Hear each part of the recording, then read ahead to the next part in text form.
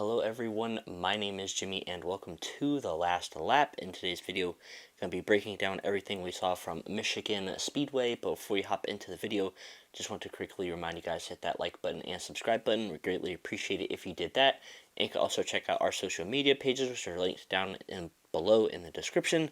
Let's go ahead and hop into the video. Matthew, my friend and co-host, is joining me as always, and sorry it has been about 2 weeks since we uploaded. I have been out of town. I was in Ohio visiting family for about a week. Got to do a lot of fun stuff. If any of you guys follow me on Instagram or any social media, you should see all of the highlights and all that stuff. But Matthew, it's good to be back on the show. Quickly before we hop into it, like we always do, we have to show off anything new added to our collection. And for me, I did finally get Chase Elliott's 2022 Talladega win, the final win of the 2022 season for him.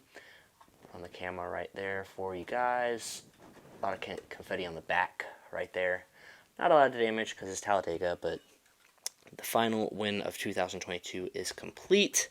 But anyways, Matthew, how are you doing? We're going to make some changes to the wall behind us as well, but a lot to get into. But Matthew, how you doing before we hop into everything?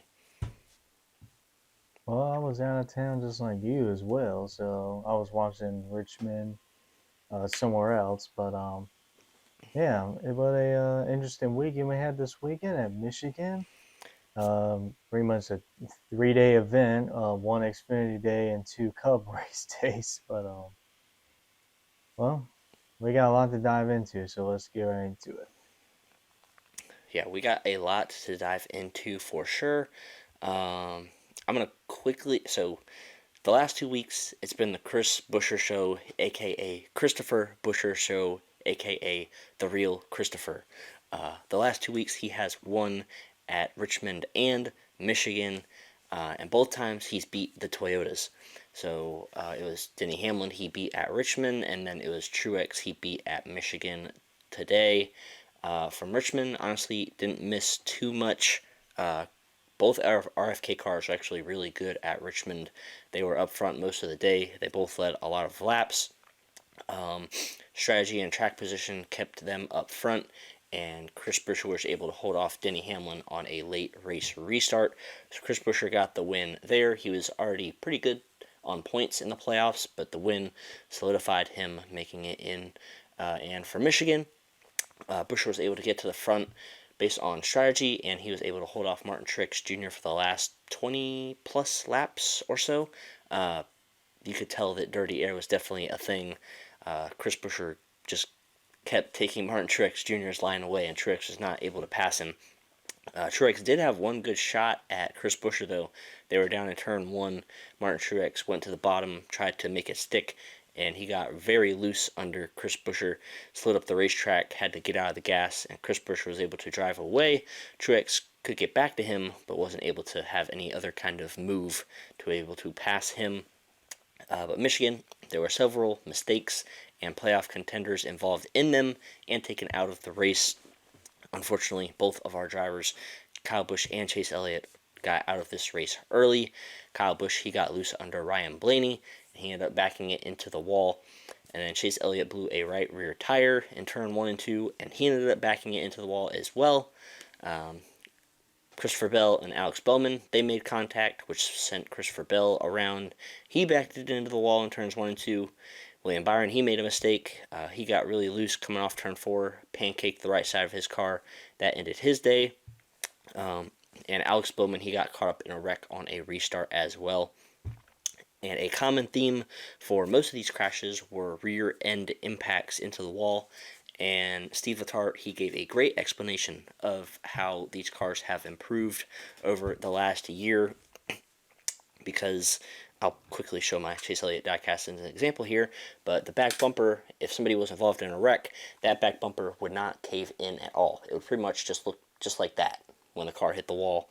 But specifically Chase Elliott's car in general, that car absorbed a lot of impact. It crushed the car, which, hate to see that the car is damaged, but I'll take a healthy and safe race car driver over a healthy and safe car any day of the week. And honestly, as a Chase Elliott fan, I'm still a tiny bit nervous about if Chase Elliott is okay. Like, I know he walked away from the car. He drove it to the garage and got out of the infield care center. But look at, Alex Bowman. He didn't develop symptoms until after the race, a few days after the race. So, I'm going to wait till Tuesday, Wednesday, Thursday just to make sure Chase Elliott's okay. I'm a little scared, to be honest with you. So hopefully he's good. Looked like he was okay, but you just never know with these rear impacts. Drivers are still saying they hurt. So we will see how all of that goes. Um, Honestly, that's pretty much all I have to say about the race itself. Track position was very important. There was a lot of strategy involved in the race as well, and it got pushed. Most of the race got pushed to Monday due to rain and weather, and I don't know how many times this year that rain has impacted a race weekend. I think I saw something on Twitter, all but like 3 or 4 race weekends throughout all 3 series have been impacted by some type of weather this year, which is just unbelievable. The terrible luck that NASCAR has had, but it seemed like a good race. But yeah, that's really all I have to say about what we saw from a little bit of Richmond and Michigan. So, Matthew, what are some of your thoughts before we go ahead and hop into more topics from this video? All right, so um, for overall Michigan, I thought this was a very great race this weekend, even with the rain impacting it a little bit. I thought we saw some amazing racing, and especially those last 30, those last 30 to 20 laps were on the edge of your seat because it was between Chris Buescher, Martin Truex Jr., and there was times we thought Martin Truex Jr. was going to get the lead, and there was times where we thought Chris Buescher was going to be just fine. Um, so that was a very exciting ending to what was a great race. And man, where has Chris Buescher come from? Um, I mean, this year he has been very good. This year he has been really consistent. I mean, he was already in the playoffs, safe already, like really safe in the playoffs before his wins. But I mean, where has this come from? I mean, he's out there leading a lot of laps and winning these races all of a sudden. Um, it's going to be very interesting to see how he does in the playoffs. I mean, if he continues this amazing run he's had, we might as well be talking about him in the championship four conversation. I don't want to get too ahead of myself, but I mean, just imagine.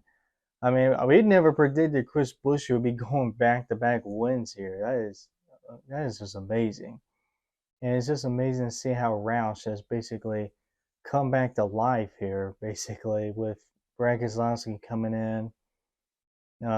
He has really helped this organization. And I think it also has to do with Chris Buescher just getting better. I mean, he is 30 years old, and normally when you get in your 30s, that's when your prime, your NASCAR prime, starts to really take off.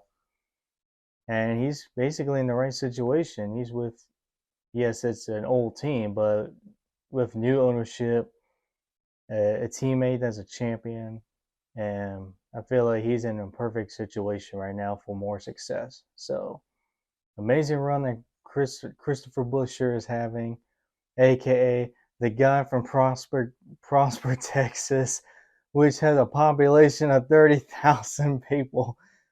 That quote right there is up there with William Byron's, whose racing career started a computer.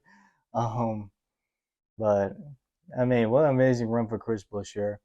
And if any Chris Buescher fans out there, I don't know if there's a lot of Chris Buescher fans, but for any Chris Buescher fans out there, you're gonna have some amazing race version diecasts coming up in the future because those race versions are gonna look clean, especially with those chrome numbers on the side.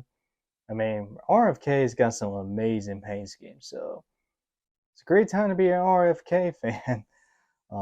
But congratulations to Chris Buescher going back to back. Martin Truex Jr. I swear that car had that JGR car is kind of like their equivalent to the Hendrick T-Rex car because that car was unstoppable. Whew.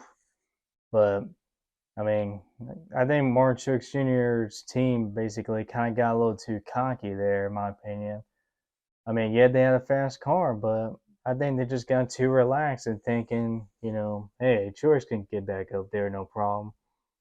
I think they let their guard down too soon, and yeah, they they kind of got beat on pitch strategy, and Truex was right there, but he couldn't get the job done. So I think that team just got a little too cocky there today with that fast car.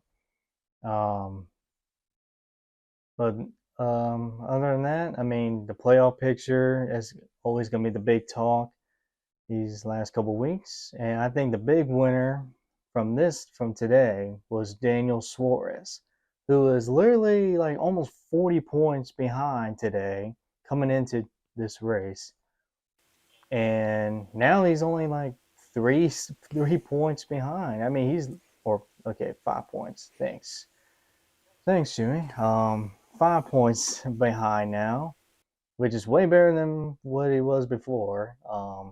And we got a couple of good road courses, and I mean Daniel Suarez did win on a road course last year, so I mean never say never. He still has a shot here. These two races here, these two road courses are going to really be. It's going to be an interesting story with the cut line because Bubba Wallace, who is safe right now, but he is not good at road courses at all. You got Ty Gibbs, who's a rookie, but he's really good at road courses. You got Michael McDowell, who's really good at road courses. I mean, AJ Allmendinger, what? I don't have to say much about that. He's like an expert on that. You got Daniel Suarez, is good on road courses. Um, of course, you got Chase Elliott as well, but he's a must win pretty much right now. But still can't count him out with these next two races coming up. Um, But yeah, it's gonna be a interesting next couple of weeks with these road courses. That this could shake up the playoffs here. But yeah, I believe that's really it. I mean, what a great race, and especially a great ending. Yeah, I'm looking at the playoff grid right now, and I'll throw up on the screen for you guys. But Kevin Harvick and Brad Keselowski, they look pretty good as long as there's not a flood of new winners over the next few weeks. Bubba Wallace and Ty Gibbs, like you mentioned, Bubba Wallace is in by 58 points. Ty Gibbs +3, McDowell -3, Suarez -5, Allmendinger -24. Pretty much anybody down after that, probably in a must-win situation. And, as a Chase Elliott fan, I think there was a chance for him to point his way in if he didn't have something happen. And unfortunately, in Michigan, something out of his control, a tire went down, pretty much ends his chance of getting in on points. And pretty much in a must win situation now. And I'm going to go back to something I said. I think I said it in our last video, and you kind of gave me some heat for it. You thought that I was predicting that he was going to win at Watkins Glen when I didn't. I said that's probably his best chance at winning and getting his way into the playoffs. I'm still going to stick by that. Out of Indy Road Course, Watkins Glen, and Daytona, I think that's his best chance to get the win because he's had success there and he was running good there last year as well. So I think that's his best chance. But you got, Allmendinger, he could win at Indy Road Course or Watkins Glen. Even Austin Cindric, I don't see how Austin Cindric, he could win at Indy Road Course or Watkins Glen. He won at Indy Road Course in the Xfinity Series. So yeah, these road courses and Daytona, the last three races of the regular season are three of the most unpredictable ones, and it's going to be very interesting to see what happens. But without further ado, I think it's time for me to finally take my L. I'll hold it. I'm going to take my L. I'll take my wonderful prediction off the wall. It was a good run. Chase Elliott goes, quote-unquote, white hot until the playoffs. Had a few top fives in there, a few top tens, and then it ends this week. So I'll go ahead and just rip that up real quick. That's an L for me. But I'm going to write another one down in just a minute because we're going to hop right into Indy Road Course for this week. So SVG is back once again, and several other foreign Go. other foreign drivers are making their Cup starts as well. And my other sticky note that I'm going to be replacing it with is SVG will not win or finish in the top 10 at Indy Road Course. Right there. I wrote it down. There you go from Matthew right there. Are you I'm gonna explain serious? my reasoning. Let me explain my reasoning. So, Not even top 10? not even cuz win is like kind of easy, cuz it's win or bust, so I had to make it a little bit more fair in case he doesn't win. But my reasoning for this is yes, I know that they changed the restart zone to in between the final two corners compared to it being on the front stretch, but still, this is a track that NASCAR drivers have raced on for, let's see, this is the third time they're racing there, and turn one at Indy Road Course is crazy and wild. I know you could say the same thing about Chicago Street Course, but everybody's on a level playing field. Nobody has driven on that course before, whereas the Cup guys have a little more experience here. Not saying SVG will still be fast, because I think he still will be fast and might contend to win, but I think these Cup guys are going to be a little more aggressive, so I wouldn't be surprised if he gets taken out in an accident or gets spun out or anything else happens. So that's why I'm going with my prediction. SVG will not win or finish inside the top 10 at Indy Road Course next week. It has to be bold. It can't be easy. So that's why I'm doing it. But anyways, Matthew, I'll let you talk about Indy Road Course a little bit. All the drivers making some cup starts and all that stuff while I go put this up. So Matthew, go ahead and take it away. All right. Well, this is going to be quite an interesting weekend coming up with the most controversial road course on the schedule, um, besides Chicago Street Course, but that ended up being a success. But um, it's gonna be interesting with a couple of these new foreign drivers coming in. You got the one driver from 2311. I'm sorry in advance if I can't pronounce any of these guys' names because I'm not good with those with their names. But you got the driver from Japan who's going to be driving the 67 2311 car. He was racing he was known for racing 24-hour Le Mans, and also I think he was a former F1 driver back in the day too. So he has a little bit of experience with bigger cars. Um, he got the other Australian V8 supercar driver, but he'll be racing the third RCR car. I'd be curious to see how him and Shane Van Gisbergen will compete against one another because, of course, they run against each other in the Australian V8 Supercar Series. And SVG proved he can win in NASCAR. I'm curious to see what this other guy does with Richard Childress Racing, which that's the same team that won last year at the Indy Road Course with Tyler Reddick. So they definitely that gives them a little bit of advantage. But yeah, it's gonna be a fun weekend. This could be the final time we see the Indy Road Course, maybe for a while, because I'm sure the Oval's coming back next year, which I'm not a fan of. But hey, I might as well give these cars a try. But if it's the same boring trash that we got the past decade with, then go back to the road course and stick it that way. So that's the way I see it. But this will be an interesting weekend, especially with these new drivers coming in and with the playoffs on the line for some of these other drivers. Yeah, and this is the first time I'm seeing Indy Road Course from a TV perspective, so that's going to be very interesting because the last 2 years I was there in person.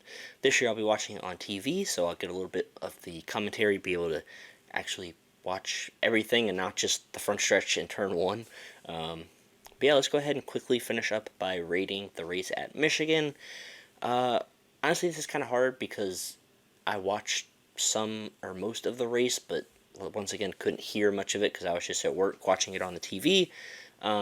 So for me, uh, I think I'll give it like a 7 out of 10.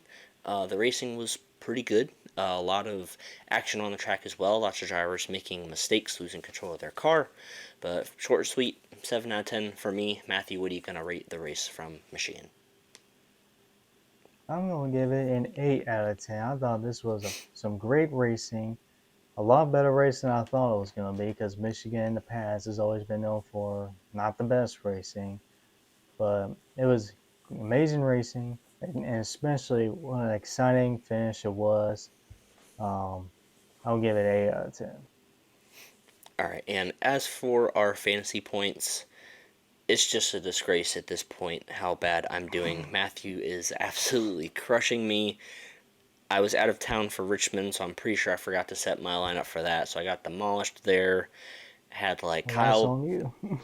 I had like Kyle Busch and Christopher Bell in my lineup for Michigan. They both wrecked. So yeah, the number is pitiful. I don't even want to say it out loud, but you're 360 points ahead of me. Yeah, very sad, but oh well. What are you gonna do? Playoffs are gonna come around. Maybe something could shake up there, but anyways, Matthew, do you have any other closing thoughts before we go ahead and finish this video up? Yes, I do. I might as well get the elephant out of the room here before we close out. Of course, about Noah Gregson. I'm sure everyone knows what happened before Michigan even started. He was suspended by his team first, and then NASCAR stepped in over, him liking a very sensitive post, sensitive meme, or you know, something that was very edgy. Um, Look, I know why these people are like, oh, it's just liking a post. What's wrong about it? Well, listen, Noah Gregson is supposed to be an ambassador of Legacy Motor Club. He's supposed to be an ambassador of NASCAR and the sanctioning body. He's supposed to be an ambassador of all his sponsors who are paying him millions of dollars to put their logos on their cars. And for him to be careless on social media is absolutely unacceptable. Um, he's got to know that he is a public figure. He's not just some random guy on the internet. He is a public figure. Everybody can see what you're doing. Everybody can see what you like. Everybody can see what you're tweeting about.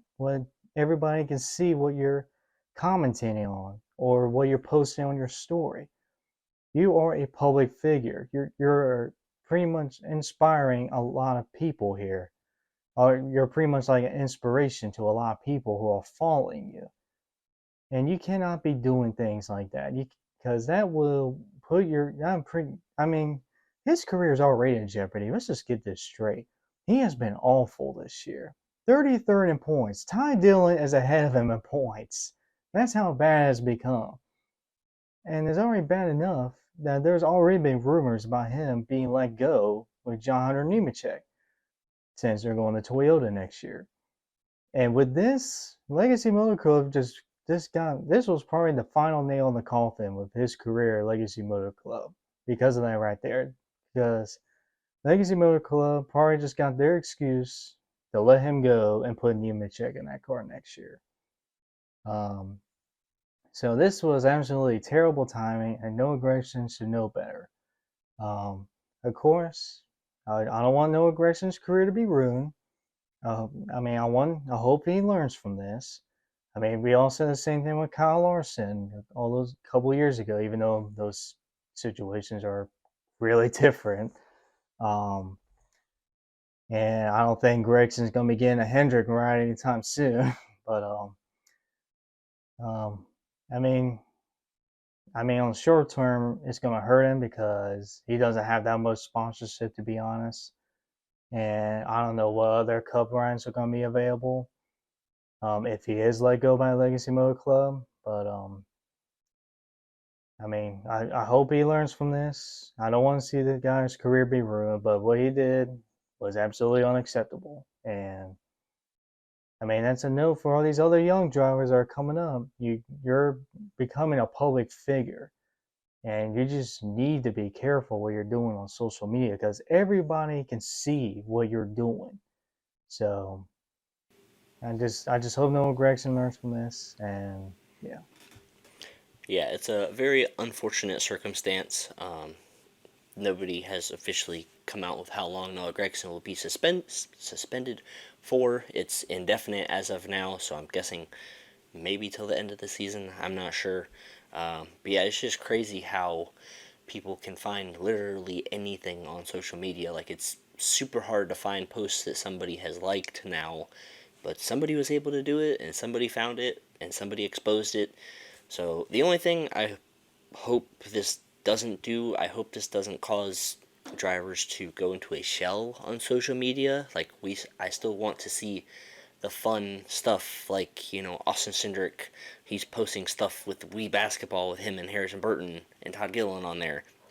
Obviously, it's not going to change stuff like that, but I just hope this doesn't cause drivers to go into a shell and not want to post anything at all on social media and just let their PR person control all of their social media. I want the drivers to still be able to engage in it and have fun.